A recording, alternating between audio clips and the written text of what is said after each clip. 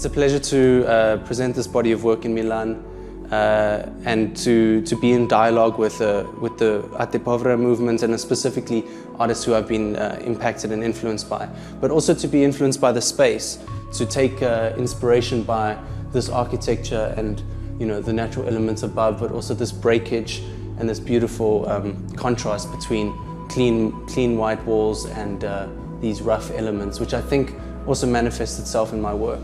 So I couldn't be happier by how it's all come together. There are many different materials on show, but I think the core overlapping links between them are these motifs of the burn, the hole, the singe, the tear, the crack. All of these motifs of destruction and of ruination are repeated throughout the works, and I think manifest themselves as a challenge to the viewer to consider our relationship with nature and the sort of antagonism that we definitely manifest. There's this sort of paradoxical relationship that we have between domination of nature and dependence of nature, and I think this is something that I hope to engage with. There's also a deep appreciation and respect for some of the Italian artists that I've been inspired by, artists such as Alberto Burri or Giuseppe Uncini, Giuseppe Pennone as well. These are artists that have been touch points for me in my work and have definitely sort of inspired me to push my materials, to push my ideas, and to push my relationship to my work much further. There's this spilling and this writhing and this organic quality to the materials. I'm interested in the way in which I'm able to bring them back into the foreground of our perception. Things that we find lying on the street, lying in the gutter, discarded once we've used them. And there's a way in which these mimic the forms of intestines and cerebral matter. And specifically these works, I think, speak to this way in which my work fluctuates between intention and intuition, and bounces back and forth between, as an artist who's primarily interested in process. There's a piece that we see at the entrance titled Spolia, and I think relating to the core theme of the exhibition, Remains to be Seen, really speaks about the way in which we're able to take these discarded and excreted materials and bring them back into what we consider, what we might think is valuable. The title of this work is Spolia, referring to the way in which objects and aspects of architecture from a previous structure are reincorporated into new structures.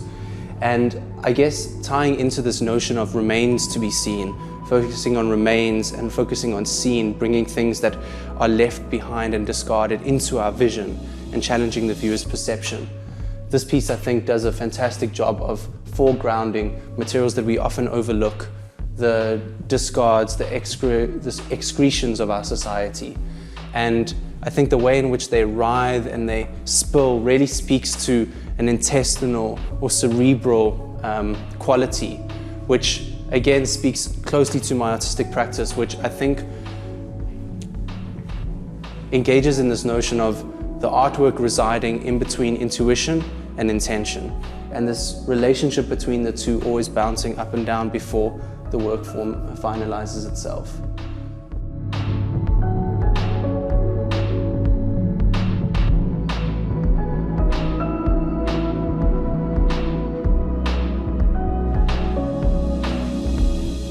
As we've limited the works to 6 pieces on show here, it's a little bit difficult for me to choose one that I'm maybe the most excited about, but I wanted to highlight this piece.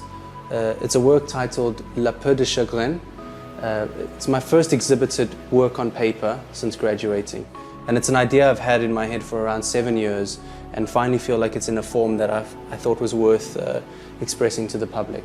After noticing how sandpaper takes the impression of a block of wood when it's wrapped around it, I decided to experiment with making prints with the material. These experiments resulted in this work, which is essentially an act of frottage combined with woodblock carving. After placing a sheet of sandpaper on top of a carving, I erode the top layer of the sandpaper until only the paper remains. It was only after experimenting with many different kinds of sandpaper that I was able to find one that allowed me to constantly lift the image from the woodblock carving and create a small addition. As my practice is primarily concerned with the materials I utilize, image making is not something I have developed much, and as such, it took much deliberating to settle on an image which I felt went hand in hand with the process of eroding, connected to the material itself, sand on paper, and could function as part of the body of work that I was pursuing for this exhibition. The work suggests a dried and cracked riverbed, a scab or a skin, and ties in strongly to what I see as the ecological concerns of this exhibition. I settled on the title, drawn from Honoré de Balzac's book of the same name, and which tells of a man gifted with a magic skin which grants him any wish he desires. However, as many of these tales of unbridled desire go and seem to end perilously, the skin shrinks every time he makes a wish and also draws power from him, ultimately leaving him devastated. And I wanted to highlight how things perish without care, how abrasive and destructive greed, desire, ambition, and hubris are on our environment. As with this shrinking skin in the tale, too much pressure on the sandpaper, and these little tears are created. So it really speaks to this fragile balance between taking and leaving, and I think really calls for us as viewers to think about our role as nurturers and as givers.